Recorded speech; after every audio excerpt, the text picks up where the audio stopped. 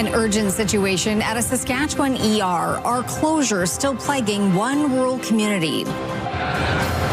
On the court, Saskatoon brings back some of the best in basketball with Brit. And breathing new life into Saskatoon's old bus barns. This is CTV News with Chantel Saunders. Good evening. We begin tonight at Royal University Hospital, where an investigation into a patient's death has been launched. The Saskatchewan Health Authority says the person died after a physical altercation with a security guard. CTV's John Flatters joins us in the studio with the details tonight. John, what do we know about what happened? Well, Chantel, not a whole lot. A notice was sent out to media late this afternoon from the Saskatchewan Health Authority about a patient death at a university hospital. It says the Saskatchewan Health Authority is supporting an investigation following an incident involving SHA Protective Services officers. The SHA says Protective Services officers were called to a patient's room after staff reported a safety concern with an admitted patient. During their response, a physical altercation occurred and the patient became unresponsive. Medical staff responded to provide care, but the patient was declared dead. The health authority has notified Saskatoon police, who are now investigating the incident. The SHA declared this a critical incident, which initiates a formal internal review. The health authority notified the Saskatoon Tribal Council to provide support for the patient's family and loved ones. The SHA says due to the ongoing nature of the investigation and out of respect for all involved, it will not provide further information at this time. We did reach out to the Saskatoon Tribal Council and are hoping to hear back on the incident. All right, thank you, John. John Flatters reporting for us in studio tonight. Owners of half-ton trucks in Saskatchewan could be in for a shock when they renew their license plates this year. According to the NDP, if SGI implements the proposed 3.75% rate increase, half-ton owners will face double the increase compared to everyone else. Wayne Mantika looks into the claim. It's a rate increase that hits home for MLAs like Darcy Warrington. I drive a Dodge Ram 1500. The NDP claim SGI plans to hit half-ton owners significantly harder than most others in a proposed 3.75% rate increase. It says light commercial trucks will pay an average of $96 more annually. These are work trucks. These are trucks that people need to safely get to their jobs. The overwhelming majority of trucks in Saskatchewan are categorized as personal or business use.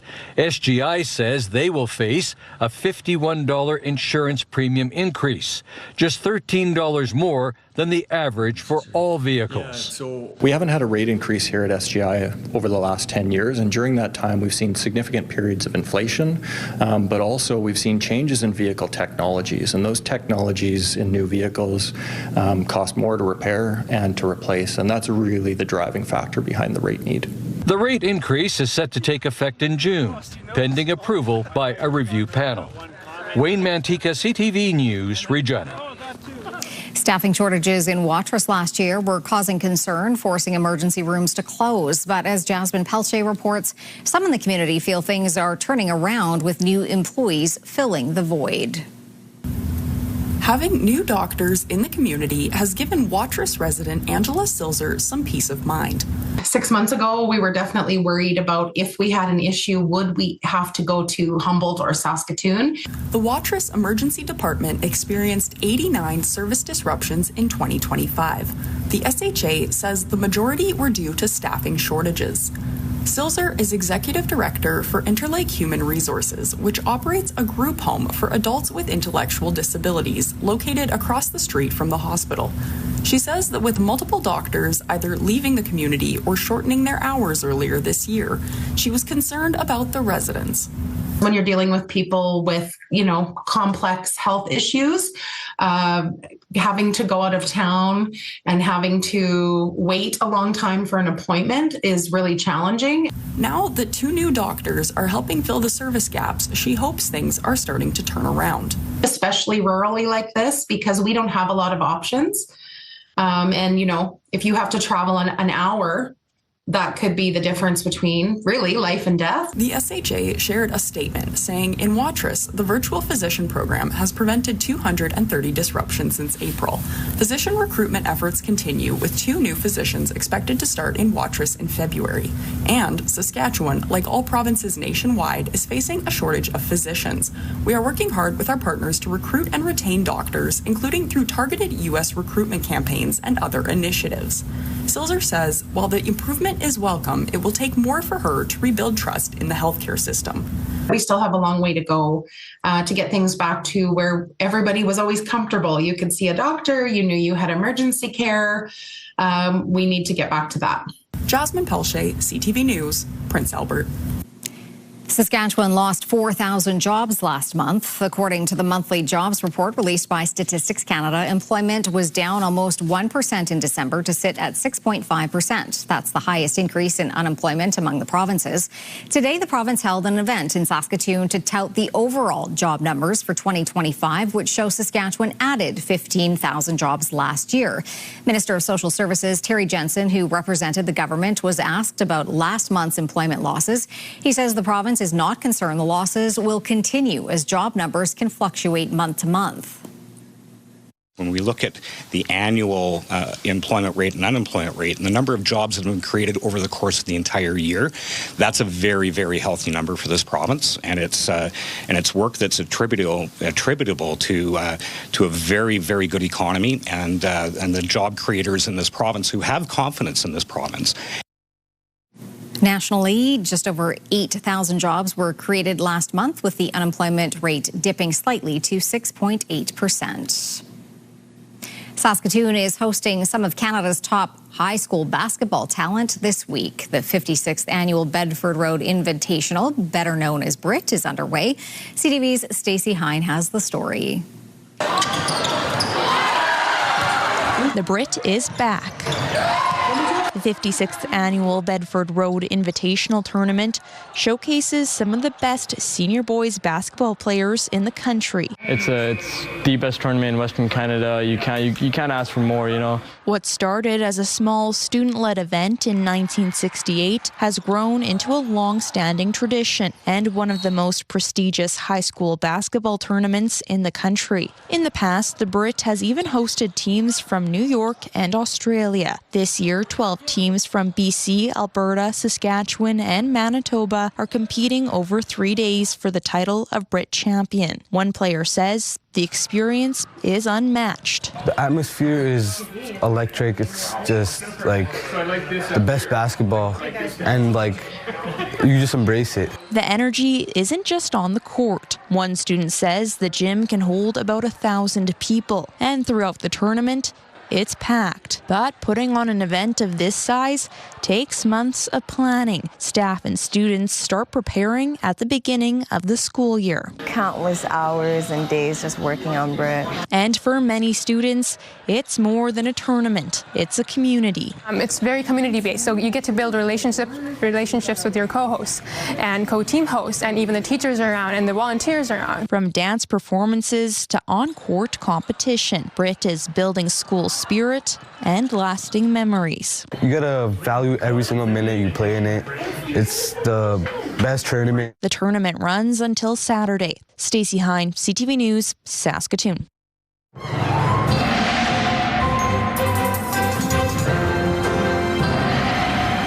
Jeff, a couple days into the warmer temperatures, but things will really warm up over the next few days. They really will. We've got them saying in some places a really cold night is in store, Chantel, but really we are going to see a significant warm up. Temperatures tomorrow will be warming, and then we get into plus temperatures that are going to be hanging around for many locations in Saskatchewan for almost a week. So we'll talk about the specific numbers later on. Just to point out, once again, quiet conditions, a little north-south line of precipitation is going to make its way across Saskatchewan. So there are flurries in the forecast for a few locations, but we don't anticipate that adding up to a lot in the way of accumulation. But we'll talk about all of this later on. New life is being breathed into Saskatoon's former bus barns in the Caswell Hill neighborhood. As Keenan Sorkon reports, the more than 100-year-old building has undergone extensive renovations and is welcoming its first tenants.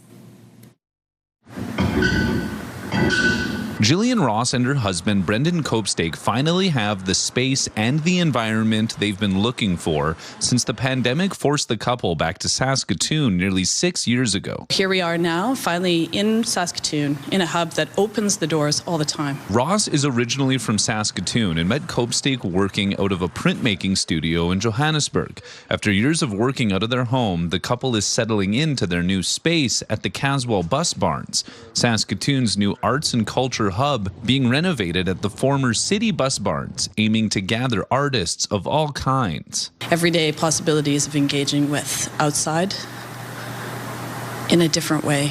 So for us, it's about having a community.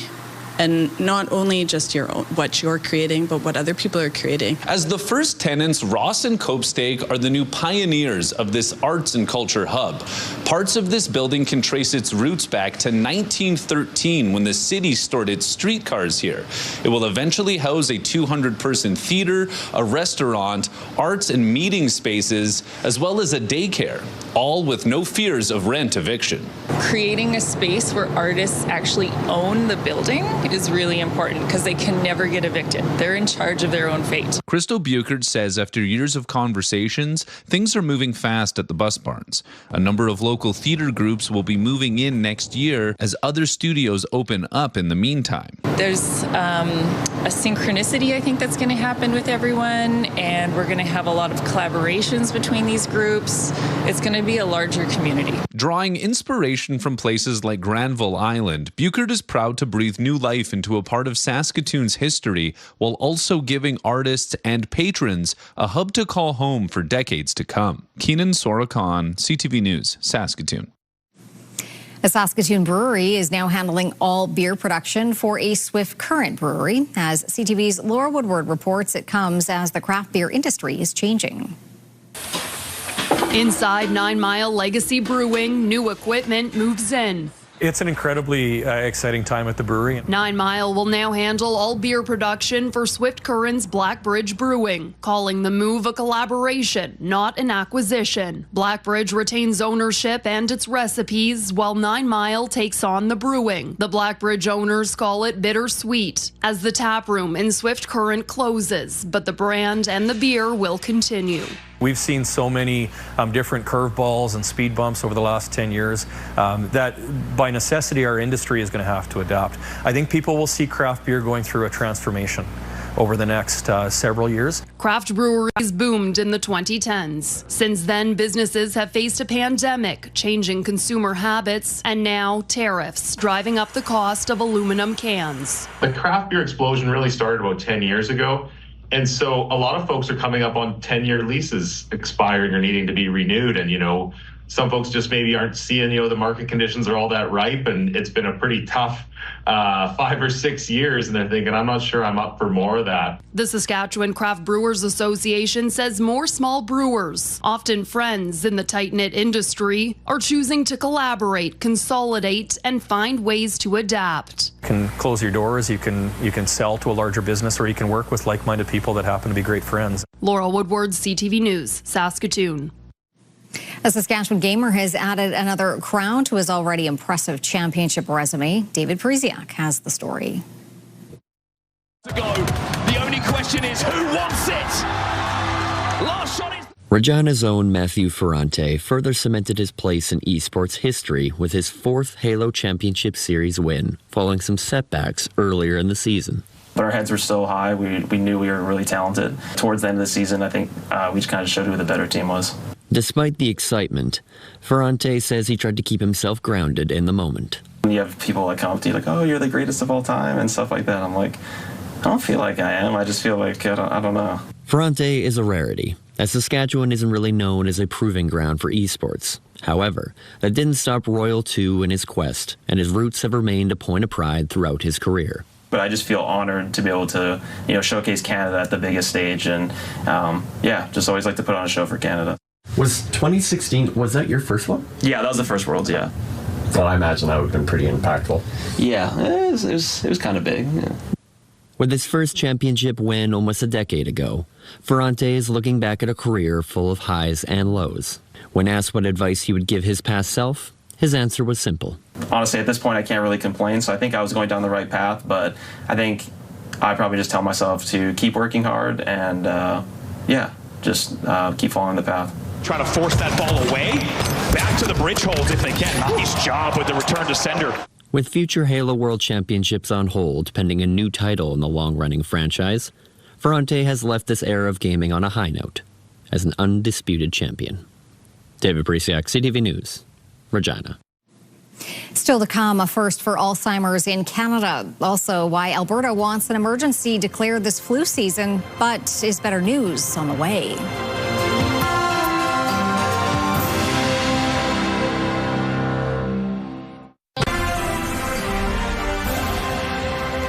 You're watching CTV News live from downtown Saskatoon. Thanks for staying with us tonight. The early and intense rise of flu cases this season has put a major strain on emergency rooms across the country. In Alberta, doctors are asking for a state of emergency to be declared. But as Abigail Beeman reports, it appears the number of flu cases are falling. We just don't have the ability to look after the people who walk through our doors. The situation in Alberta hospitals is so dire, the Alberta Medical Association wants the province to declare a state of emergency. It comes just weeks after this 44-year-old father died after allegedly waiting 8 hours for care in the ER. People are not surprised to wait 16, 18, 24 hours to be seen with a medical emergency in an emergency department. If that isn't a state of emergency, I don't know what is. The government says the calls are misguided and measures the exceptionally busy system has taken are in line with past winters, including canceling some scheduled surgeries. Meanwhile, new national flu numbers up to January 3rd show the percentage of positive tests is down, outbreaks are down, and hospitalizations are stable.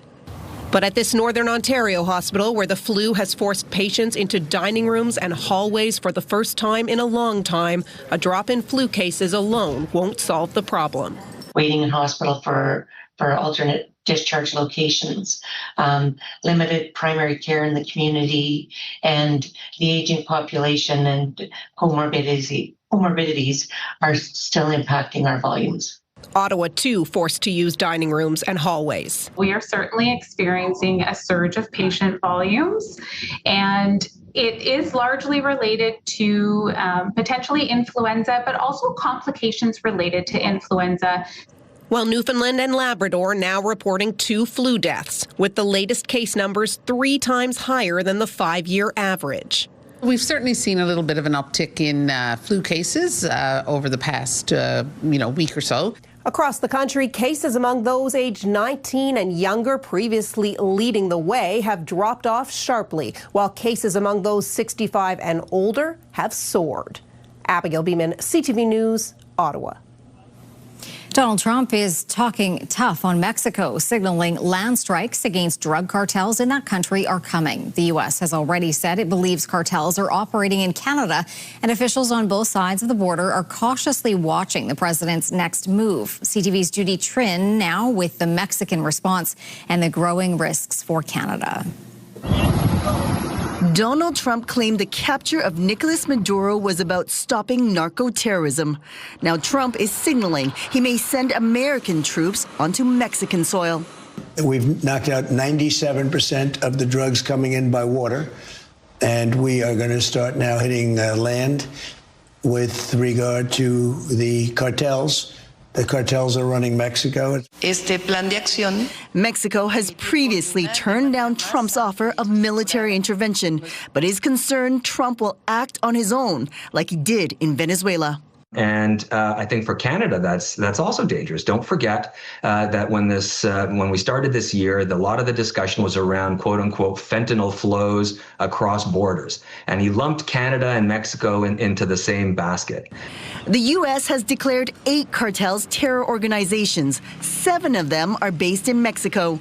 During his meeting with Sheinbaum last September, the Prime Minister acknowledged some of them operate in Canada. With respect to transnational crime, organized crime, cartels, gangs, the unfortunate fact is that there are gangs from one country in another country, but also vice versa. In recent months, Mexico and Canada have stepped up efforts to disrupt trafficking networks, including raids to close in on Ryan Wedding, an alleged Canadian cocaine kingpin, believed to be protected by the Sinaloa cartel. On social media, the White House warned, F around and find out. After Venezuela, after threats to invade Greenland, and now Mexico, analysts say Canada could be most exposed. If you are weak and you are doing stuff Trump doesn't like, and you can be an ally or you can be an adversary, right? You can be Canada or you can be Venezuela, but you get FAFO'd. In a recent interview with the New York Times, Trump said that he's not constrained by international law or Congress, but by his own morality. He says that's the only thing that can stop him. Judy Trin, CTV News, Ottawa. A new Alzheimer's drug, first approved for use in Canada in September, is giving patients a glimmer of hope against the disease. Today in Toronto, the first Canadian was infused with the drug, but so far there is no coverage for the cost in Canada. CTV's Adrian Gobriel on the promise and the cost for patients. It's starting right now. With the press of a button, the miracle that is modern medical science goes to work. I say to anybody who needs this procedure that if they can get it, get it. Sharon Runge began experiencing mild memory loss about 4 years ago. Probably in the last year or so, the diagnosis of Alzheimer's has been made. The Runge family have been waiting for Health Canada to approve this drug that will gift them life's most valuable commodity, time. It's a historic moment for people living with Alzheimer's disease and their families in Canada. Today marked the first ever infusion of lecanemab in Canadian history, administered by neurologist Dr. Sarah Mitchell. It's a monoclonal antibody. It goes in and it basically removes the bad plaques from the brain. It slows down the progression of the disease by about 30%. Canada is the last of the G7 nations to approve lecanemab. As of today, it still isn't covered by any province, and that comes at a cost. $32,000 Canadian, and that is per year. We are hoping that we can have equal access for all Canadians to this drug, and that requires government support. Any future funding of the drug has received some public pushback. Well, I'd say they should walk in our shoes. The infusions yield the best outcomes for those battling the early stages of the disease. While Sharon admits she's unaware of her cognitive deterioration, her sense of humor is on point when we ask that she share her age. I'm 16. No, she's... And the love that she has for her children, as well as her husband Dallard, remains as present as ever. I am so fortunate to have met him. He's the most important thing in my life. The Runges now have hope that their loving life together will also have longevity. The troublesome protein can gather in the brain decades before symptoms arrive. The next step is testing whether this drug can help offset Alzheimer's in asymptomatic patients. Adrian Gobriel, CTV News, Toronto. How cold was it in Toronto? I don't know, but you know, it gets chilly. It does, because it is a wet cold. This is true. All right. Well, we may not need a lot of toques in the coming days unless we like it for style. I don't know. Exactly. It's like, you got a lucky toque for the playoffs, maybe that's something or other. But yes, it's going to be cap weather because temperatures are certainly going to be on the mild side now. With a little breeze, it feels a little cooler, obviously. But more on that later. We'll deal with the here and now. Right now, it is minus 18 degrees. It's been kind of a coolish day in some respects here in Saskatoon, but a cold evening in store in many places, and then really warming up. Minus 16 for Prince Albert right now, minus 15 for the Battlefords, and a little breezier in Saskatoon and PA in the Battlefords than in the Battlefords, but not by much. Saskatoon's almanac, well, let's take a look. Minus 11 degrees. Now, that was at 8 in the morning, but it stands at our 24-hour high temperature, so minus 11. Minus 12 is typical. The record warm temperature on this date is 6 degrees in 1928, and from that very cold 1909 year. This week in 1909 was a cold. So for the third day in a row, the record temperature comes from that year. On this date, it was minus 43 degrees. The sun went down at 5:15. Coming up, an Ontario man takes backyard hockey rinks to a new level. We'll look at his creation and the popularity flooding in.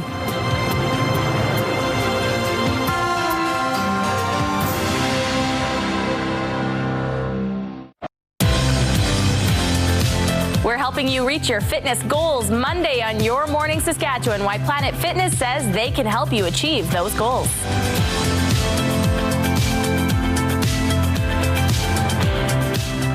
All right, let's take a look through the live lens of Skycam. A quick look at Rotary Park in downtown Saskatoon. Ooh, a lovely shot of the river. And the glittery buildings. We've got it all. And we're getting some warm temperatures so you can go out and maybe enjoy some of these parks if you've been staying away. So let's take a look at our satellite and radar shot here.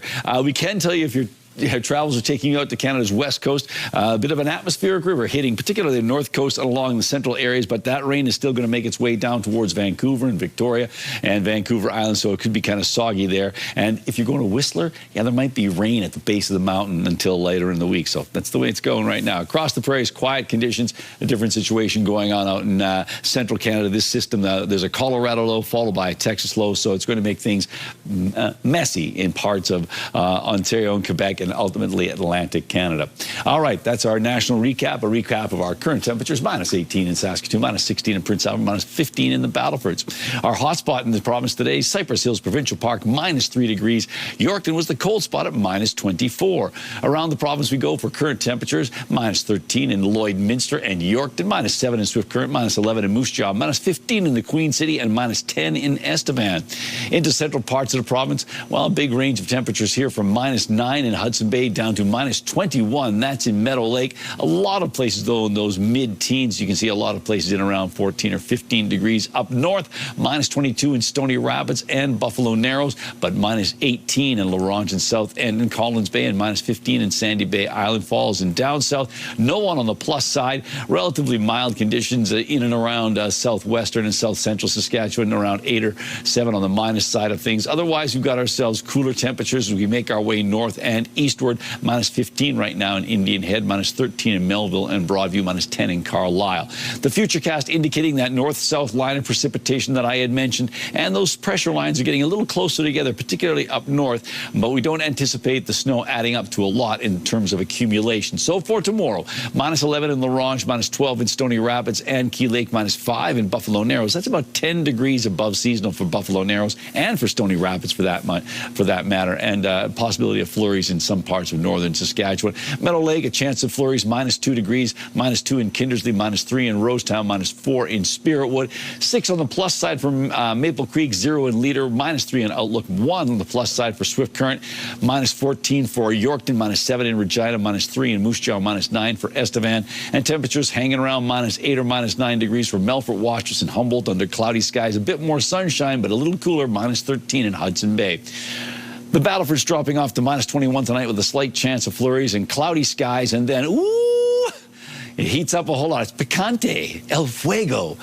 Temperatures are warm right through to Thursday, and then that windy Thursday blows in some colder winds, colder temperatures, but they're still above seasonal. Minus 28 for Prince Albert overnight, minus 8 tomorrow for a high, and then things really warm up. Look at that, 3 on Sunday, Monday 4, and Tuesday 3 degrees. A chance of showers on Wednesday.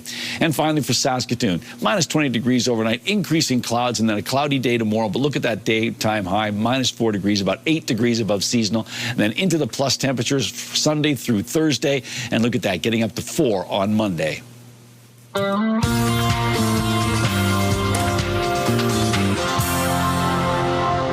you should have studied the rebellion text a little harder. I need to find my daughter. Well, then call it. Hollywood's award season is getting ready to kick off in earnest with the Golden Globes returning Sunday. Paul Thomas Anderson's One Battle After Another leads the film nominations with 9. It's followed by Norwegian drama Sentimental Value with 8, while Hollywood insiders are also predicting potential wins for fellow nominees like Sinners, Marty Supreme, and Hamnet, to name a few. On the TV side, Apple TV's The Studio leads the nominations. The ceremony will be hosted for the second time by comedian Nikki Glazer.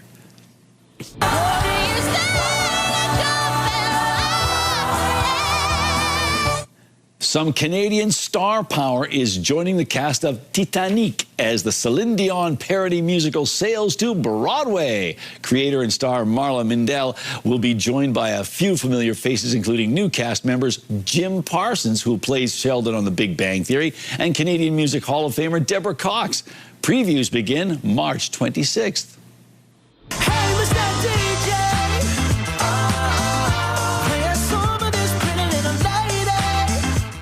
Bruno Mars is officially back with his first solo album in more than a decade. I Just Might, which a 70s throwback, is the lead single to Mars' next album, The Romantic. It will stream on and be on sale on February 27th. The singer also announced a new global tour with 2 shows planned for Rogers Stadium in May.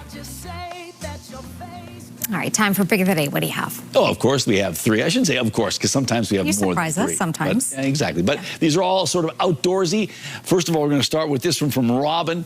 This one's rather from Keith. Keith says, hello, Jeff. This was taken on January 8th north of Blaine Lake. Have a great evening, and thank you. Love that shot. Gets a nice shot of the wildlife, and hopefully they're finding some food to eat beneath that snow. Our next picture. Yes, this one comes from Robin in Saskatoon. Robin simply tells us, outside my bedroom window. And that is a lovely shot. We have lots of submissions with frosty pictures. We're going to try and get to all of them, folks, but there's a lot. So thank you for submitting those. And finally from Tanya. Tanya calls this Snowy Breakfast, adding it was captured Monday, January 5th near Avenue K South and 13th Street West. And those are some lucky pigeons. And if you'd like to send us an image, you can do so by sending it to cfqcnews@ctv.ca, or you can scan the QR code that's coming up on your screen. And please remember, shoot those on the horizontal, not the vertical, when you're using a cell phone. Still to come on CTV News, a lofty idea for a backyard rink. The man who's taking the game of hockey to a whole new level.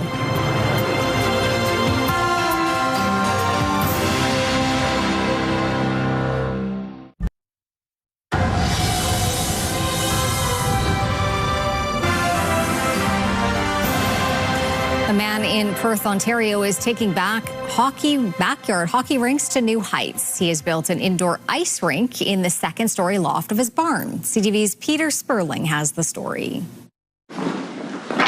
It's not your typical homemade ice rink. John Ryan built this in the second-story loft of his Perth, Ontario barn. If you know me, I'm a pack rat, and the first floor is full. There's no room. That's right. Ground floor is for storage. Upstairs, for fun. It's fun and it's helpful. Keep the stick tight against your skate. Originally built for his children years ago. Now his grandchildren get to enjoy skating close to home. Like, mostly every day. Like when I come home from school. Because when I'm bored, I can just come here. Do you have fun here? It's great for the kids. They're able to come and skate at Nana and Papa's anytime they want. It helps them practice their skills for hockey. He says the structure is sturdy, designed to hold the weight of bales of hay. He tried the traditional outdoor rink first, but that wasn't his thing. Laziness. I'm tired of packing the snow down and watering stuff like this. This, once you've got it in, my son and I think 4 hours, we had it ready to go. Throw the hose in it and walk away. Of course, he added boards, lights. Taylor, are you ready for some more hockey? And a staircase to make getting up and down easier. Ryan's been doing this for 16 years now, and even though it is indoors, it's still very weather dependent. You take the pucks and the nets off and let it puddle up. Once she gets hard, she's good to go again. With hopefully many seasons to look forward to. Well, my grandkids now live behind me, and my son has got a baby on the way, so we'll be doing it till we can't do it anymore. Peter Sperling, CTV News, Perth. When we come back, Saskatchewan will be represented in women's hockey at next month's Olympics. And later, taking marriage vows into overtime, a couple that tied the knot in front of a crowd.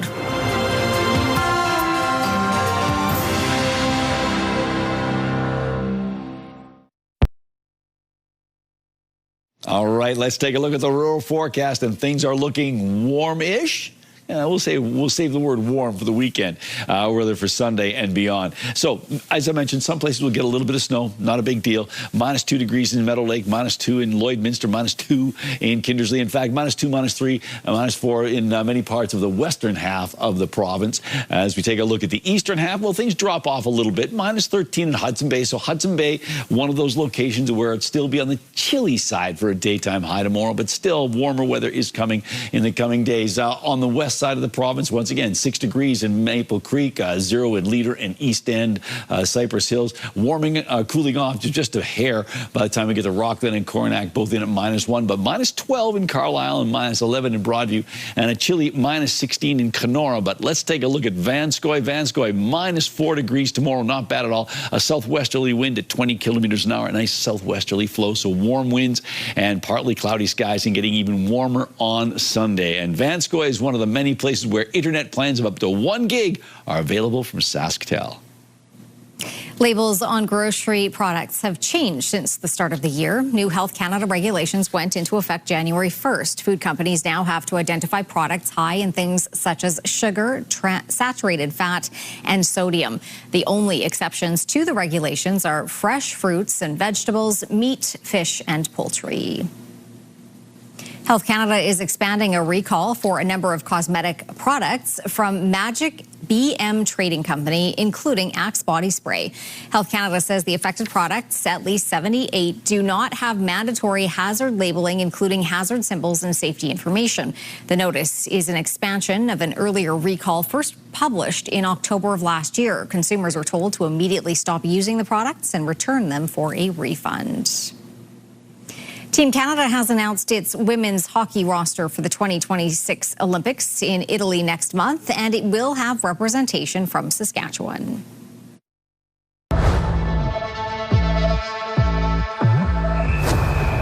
Emily Clark, Saskatoon, Saskatchewan. Emily Clark will be making her third appearance at the Olympic Games when she joins Team Canada in Milano Cortina next month. The 30-year-old won gold and silver medals in the last 2 events, plus 9 medals at the IIHF Women's World Championships since she made her debut in 2015. Clark plays for the Ottawa Charge in the PWHL. The Saskatoon Blades were relatively quiet on the transaction front this year as the trade deadline passed last night.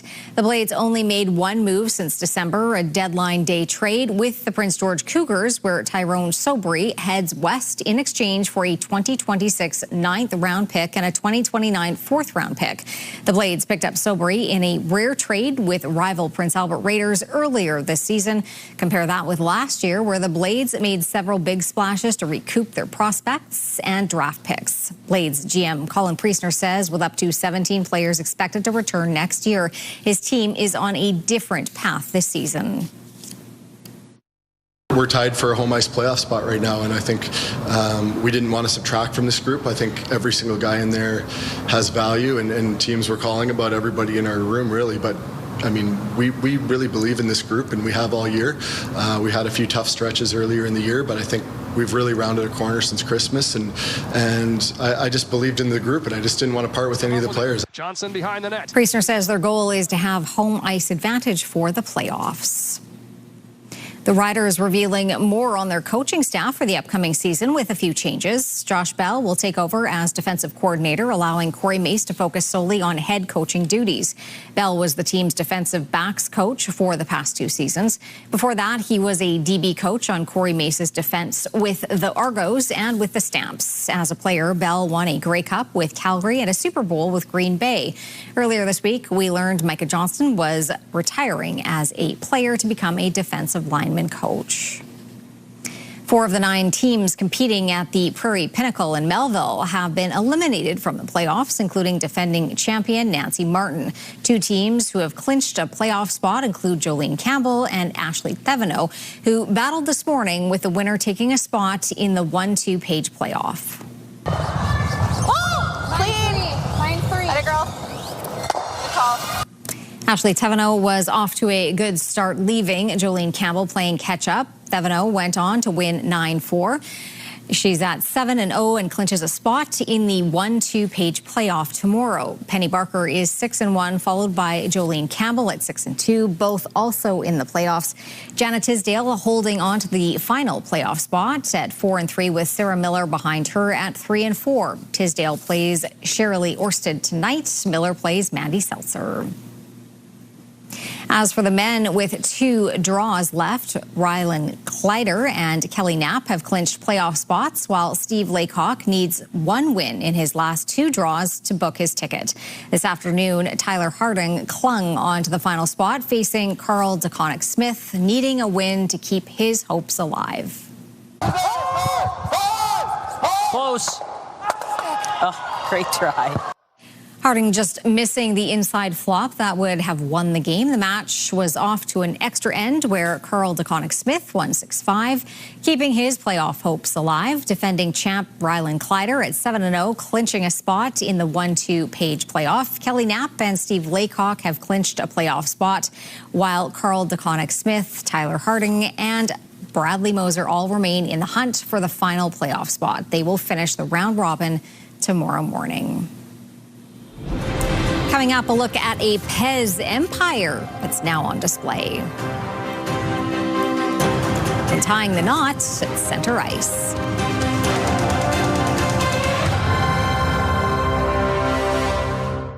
Select Hair Service is brought to you by Sage, the beauty bar.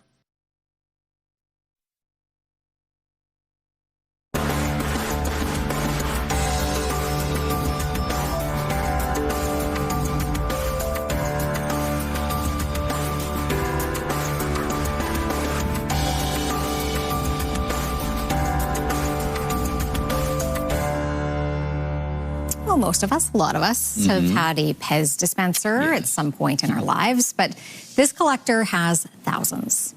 They produce 1 or 2 new mascots every year, and they're sold online, and they sell out within an hour or 2.